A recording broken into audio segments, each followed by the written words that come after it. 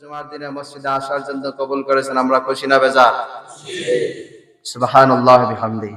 আমরা খুশি, আল্লাহ সুবহানাহু ওয়া তাআলা খুশি, আল্লাহর ফেরেশতারাও খুশি। যতক্ষণ পর্যন্ত আমরা এই মসজিদে বসে থাকব, বেগুনাহ মাসুম হিসাবে আমরা মসজিদে থাকব। বলেন সুবহানাল্লাহ।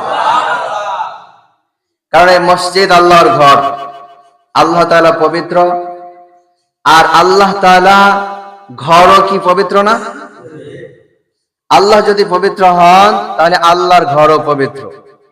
আল্লাহর পবিত্র ঘরে আমরা প্রবেশ করতে হলে বাহ্যত দিক থেকে আমরা পবিত্রতা অর্জন করেছি ঠিকই, কিন্তু গুনাহগুলো, আমাদের অন্যায় অপরাধগুলো তো অপবিত্র, ঠিক না? ঠিক।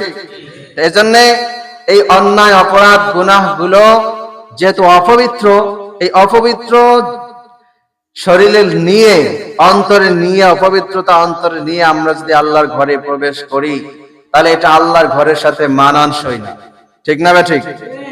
এই জন্যে উম্মত যখন মসজিদের ভিতরে প্রবেশ করে শুক্রবার দিন, আল্লাহর দুজন ফেরেশতারা আমাদের এই আমরা যারা মসজিদে প্রবেশ করব, আমাদের গুনাহগুলো আল্লাহর ফেরেশতারা বাইরে কাঁধে নিয়ে দাঁড়িয়ে থাকে। এখন আপনি বলেন, এখন আমরা মসজিদের ভিতরে যারা আছি, আমরা কি এখন গুনাহ অবস্থায় না গুনাহ ছাড়া অবস্থায়? সুবহানাল্লাহ বলেন। আমরা গুনাহ ছাড়া অবস্থায় এখন আছি। বেগুনাহ মাসুম যারা, তারা যদি আল্লাহর কাছে দোয়া করে, আল্লাহ তাআলা তাদের দোয়াগুলো কবুল করে নেন। সুবহানাল্লাহ। তাহলে আমরা মসজিদে আসতে পেরে আমাদের লাভ হলো না লোকসান হলো? লাভ হলো। শুধুমাত্র তাই নয়, আমরা আসার সময় ঘর থেকে পবিত্র হয়ে সুন্দর পোশাক পরে, টুপি পরে, পাঞ্জাবি পরে, সুগন্ধি ব্যবহার করে মসজিদের দিকে যখন আসলাম, আমাদের আসার যে রাস্তাটা, এই রাস্তাটা আল্লাহ সুবহানাহু ওয়া তাআলা এই রাস্তার প্রতিটা কদমে কদমে আমাদেরকে নেতৃত্ব দিয়েছে। এখন যারা আজকে মসজিদে আসে নাই, তাদের এই ফজাইল, এই ফজিলত তারা অর্জন করতে পারে নাই। আর আমরা যে মাটির উপর দিয়ে এই মসজিদে আসলাম, এই মাটি আমাদের মসজিদে আসার ব্যাপারে সাক্ষী হয়ে গেছে। বলেন সুবহানাল্লাহ। তাহলে আমরা খুশি না বেজার? এই জন্য আসুন আমরা কিছু কথা শুনবো ইনশাআল্লাহ, তারপরে আমরা কিছুক্ষণ পরে নামাজ শেষ করে ইনশাআল্লাহ সবাই যার যার মতো বিদায় নিব। তো যতক্ষণ আমরা মসজিদে আসছি ততক্ষণ আমরা কি অবস্থায় আছি বলেন? গুনাহ ছাড়া অবস্থায়। কি অবস্থায়? গুনাহ ছাড়া অবস্থায়। আমরা ইনশাআল্লাহ মনটাকে একটু আমার দিকে সকালে খেয়াল করেন, কিছু কথা বলে ইনশাআল্লাহ আমি আপনাদেরকে বিদায় দেব ইনশাআল্লাহ। তো আমি আপনাদের সামনে একটি আয়াতে কারিমা তেলাওয়াত করেছিলাম। আসলে আমরা এই পৃথিবীতে বেশি দিন থাকার জন্য আসি নাই। এই পৃথিবীতে থাকার কোনো সিস্টেমও নাই, আর এই পৃথিবীতে থাকার কোনো ব্যবস্থাও নাই। এটা অস্থায়ী একটা জিন্দেগি, অস্থায়ী হায়াত। এই হায়াতের পরে আমাদেরকে চিরস্থায়ী যে হায়াত, সেই হায়াতের দিকে পাড়ি দিতে হবে। সুবহানাল্লাহ। তাই চিরস্থায়ী যে হায়াত, সেই হায়াতে পাড়ি দেওয়ার জন্য সর্বপ্রথম যে ঘাঁটি আমাদের মওত, ঠিক না? ঠিক। মানুষ যখন এই দুনিয়াতে আগমন করে তখন অবশ্যই কোনো না কোনো একটা সময় তাকে মরণের স্বাদ নিতে হবে। সুবহানাল্লাহ। যার ভিতরে প্রাণ আছে সে অবশ্যই মরণের স্বাদ নিবে। শুধুমাত্র তাই নয়, এই গোটা পৃথিবী যেরকম আল্লাহ সুবহানাহু ওয়া তাআলা সৃষ্টি করেছেন, এই গোটা পৃথিবীটাকেও আল্লাহ তাআলা একদিন রাখবেন না। সুবহানাল্লাহ। তাহলে কোনো কিছুই এই পৃথিবীতে স্থায়ী নয়। এই পৃথিবীতে কোনো কিছুই স্থায়ী না, কোনো কিছুই স্থায়ী নয়। তাই আমাদের সব সময় মরণের কথা স্মরণ করতে হবে। মরার জন্য আমাদের প্রস্তুতি নিতে হবে। মরণ এমন একটা বিষয় যে আপনি যতই চেষ্টা করেন না কেন, এটা আপনাকে গ্রহণ করবেই। এটাই ইতিহাস, এটাই আল্লাহর সিস্টেম, এটাই সবচেয়ে বড় সত্য কথা। সুবহানাল্লাহ। এই জন্য মরণের ব্যাপারটা এরকম। আসলে আমাদের সমাজে আমরা কম বেশি সবাই কিন্তু মরণের কথা স্মরণ করি। কথা বলেন, করি কিনা? সবাই কম বেশি মরণের কথা আমরা স্মরণ করি, কিন্তু এই কম বেশি মরণের কথা স্মরণ করতে গিয়ে আমাদের মধ্যে তিনটা শ্রেণী হয়ে যায়, তিনটা ভাগ হয়ে যায়। কিরকম? যেমন এক শ্রেণীর লোকেরা মরণের কথা কিরকম ভাবে স্মরণ করে, তারা সারা জীবন আল্লাহ, রোজা, রসুল, কালাম, কালিমা, নামাজ, রোজা, হজ, যাকাত, ওই বাপ দাদা মুসলমান ছিল, সেখান থেকে তারা মুসলমান। সেই সূত্রে তারা মুসলমান হয়ে মনে করেন যে এখন ওই নিজেদের নামগুলা মুসলমানের খাতায় আছে, কাগজে কলমে মুসলমান আছে ঠিকই, কিন্তু এরা সম্পদের লোভে পড়ে, ক্ষমতার লোভে পড়ে, টাকা পয়সার লোভে পড়ে, তারপরে দুনিয়াটাকে এমন ভাবে অ্যাকসেপ্ট করে নিয়েছে যে তারা এই দুনিয়াটা আর ছাড়তে চাইতেছে না। এই দুনিয়াটা তারা মানে ত্যাগ করার কোন চিন্তাই তারা করতে পারতেছে না, কারণ দুনিয়াটাকে তারা এমন ভাবে মজা পেয়ে নিয়েছে যে দুনিয়াটাই যেন তাদের সব, দুনিয়াটাই তাদের সুখ, দুনিয়াটাই তাদের সব আনন্দ উৎসব, সবকিছু যেন এখানেই তার শেষ, এরপরে মনে হয় যেন সে আর পাবে না। এজন্য দুনিয়ার মহব্বত এক শ্রেণীর লোকের মনের ভিতরে যখন চলে আসে, তারা মরণটাকে কিভাবে স্মরণ করে জানেন? তারা মরণটাকে ওই রকম ভাবে স্মরণ করে, এই যাই হোক একদিন তো মরে যাইতেই হবে, মরে তো যাবোই, আর কি করা আছে, কত মানুষ মারা যায়। হ্যাঁ, কেউ মারা গেলে বলে এই তার মরণ ছিল, হায়াত শেষ, মারা গেছে, আমার যখন সময় হয় তখন আমিও চলে যাব। কিন্তু তার এই চলে যাওয়ার চিন্তাটা, এই মরণের চিন্তাটা আখিরাতে তাকে কোনো ফায়দা দিবে না, ঠিক না বে ঠিক? সে চিন্তা করে যা সহায় সম্পদ যা কিছু করছি আরো কিছু করতে হবে, আরো 10টা বিল্ডিং লাগবে, আরো 10টা গাড়ি লাগবে, আরো এসি বাড়ি লাগবে, নারী লাগবে, আরো ক্ষমতা লাগবে, আরো আমার পাওয়ার চাই, এরকম চিন্তা চেতনায় সে মরণকে আখিরাতের প্রস্তুতির জন্য স্মরণ করবে না।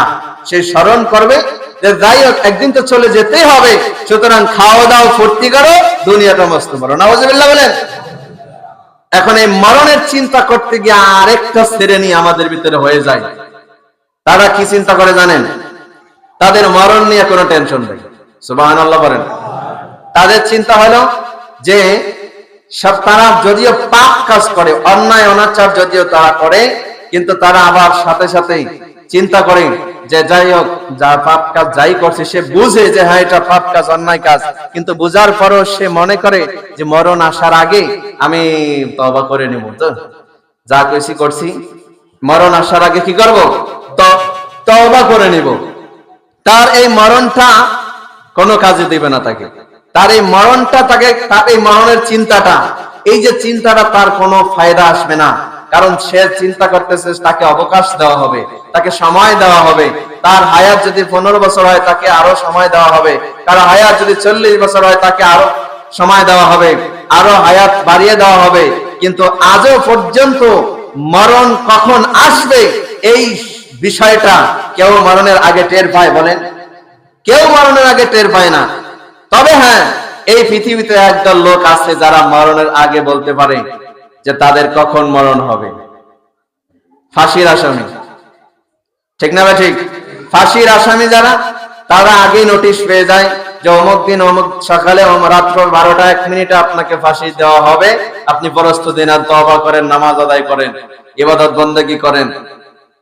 তো যাই হোক, এই যে লোকটা, যে এই যে এই শ্রেণীর লোক যারা, যে তারা মনে করে যে মরার আগে তওবা করে ভালো হয়ে যাব, এই চিন্তা চেতনায় তাকে কোনো কাজে দিবে না, এই চিন্তা চেতনায় তাকে কোনো কাজে দিবে না।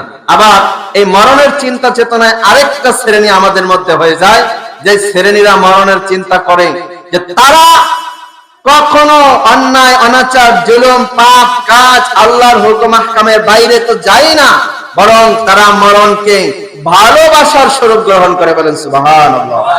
কারণ তারা জানে যে মরণ একদিন হবেই, আর আল্লাহ সুবহানাহু ওয়া তাআলার কাছে আমাদেরকে ফিরে যেতেই হবে। সুতরাং আল্লাহর কাছে যেহেতু যেতে হবে, আমরা আল্লাহর রাজি খুশির জন্য কাজ করি। এখন যদি আমার মরণ হয়, নো টেনশন। কালকে যদি আমার মরণ হয়, নো টেনশন। যেদিন আমার মরণ লেখা আছে সেদিন আমার মরণ হবেই। কোন বুলেটের গায়ে যদি কারো মরণ লেখা থাকে, বুলেটের মাধ্যমে সে মারা যাবেই। কোন স্থানে পানিতে পড়ে কারো মরণ যদি লেখা থাকে, সেখানে সে পানিতে পড়ে মারা যাবেই।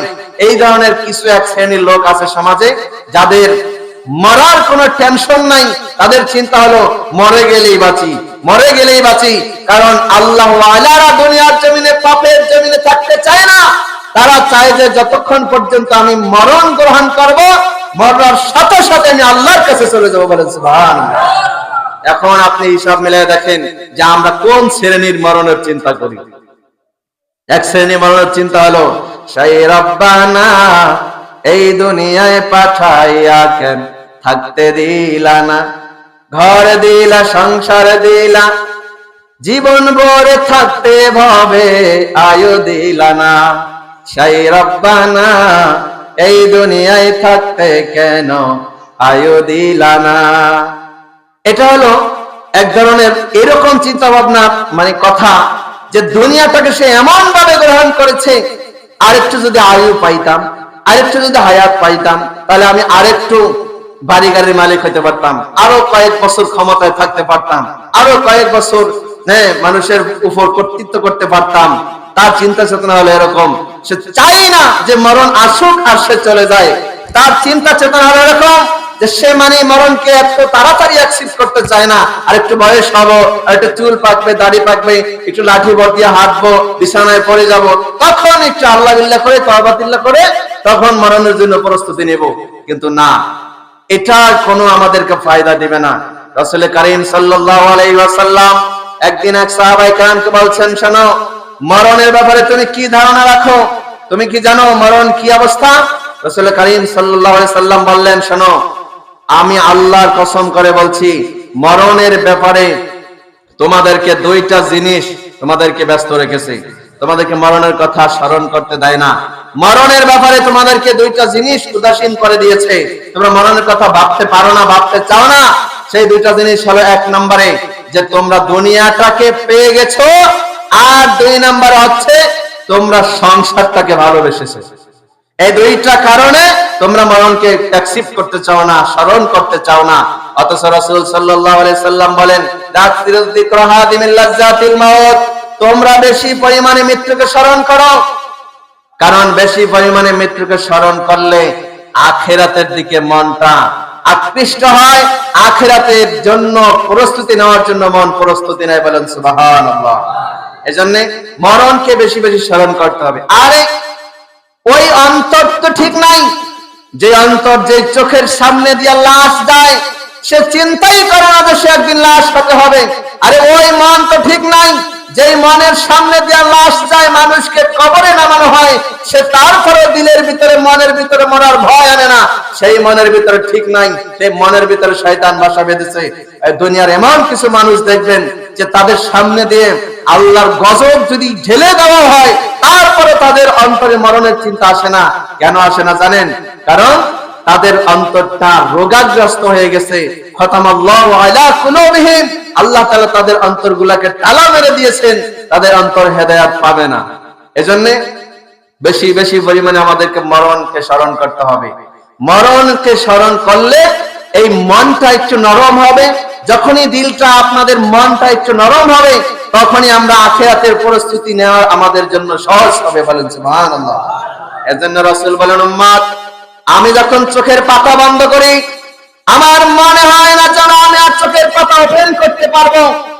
রাসূল বলেন, মরণটাকে আমি এমন মনে করি যে আমি যখন এক লোকমা খাবার মুখে দিলাম, আমার মনে হয় না যেন আমি খাবারটা গলা দিয়ে গিলে তারপরে নিচে দিতে পারবো।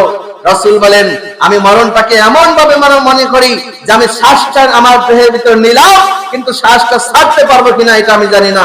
এইরকম ভাবে রাসূল সাল্লাল্লাহু আলাইহি সাল্লাম মরণকে স্মরণ করতেন। এজন্য আকসিরু যিকরা হালিমিল লাজ্জাতিল মাউত, বেশি বেশি পরিমাণে আমাদেরকে মরণকে স্মরণ করতে হবে। কারণ এই মরণ হলে একদল লোক সরাসরি আল্লাহর সান্নিধ্যে চলে যাবে, তারা আল্লাহর ভালোবাসার লোক। আবার এই মরণ হলে সরাসরি মৃত্যুর পরে কবরে দেওয়ার সাথে সাথেই তার কবরটা জাহান্নামের গর্ত হয়ে যাবে। এজন্য বেশি পরিমাণে যদি আমরা মরণকে স্মরণ করতে পারি, আমাদের অন্তরটা নরম হবে, আমরা আখিরাতের জন্য, কবরের জন্য, পরকালীন জীবনের জন্য প্রস্তুতি নিতে পারবো ইনশাআল্লাহ। ঠিক না ঠিক?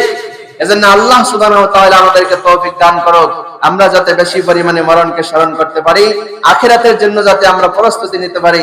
আমা তাওফিকি ইল্লা বিল্লাহ। সাদাকাল্লাহুল আযীম। সুবহানাকাল্লাহুম্মা বিহামদিকা।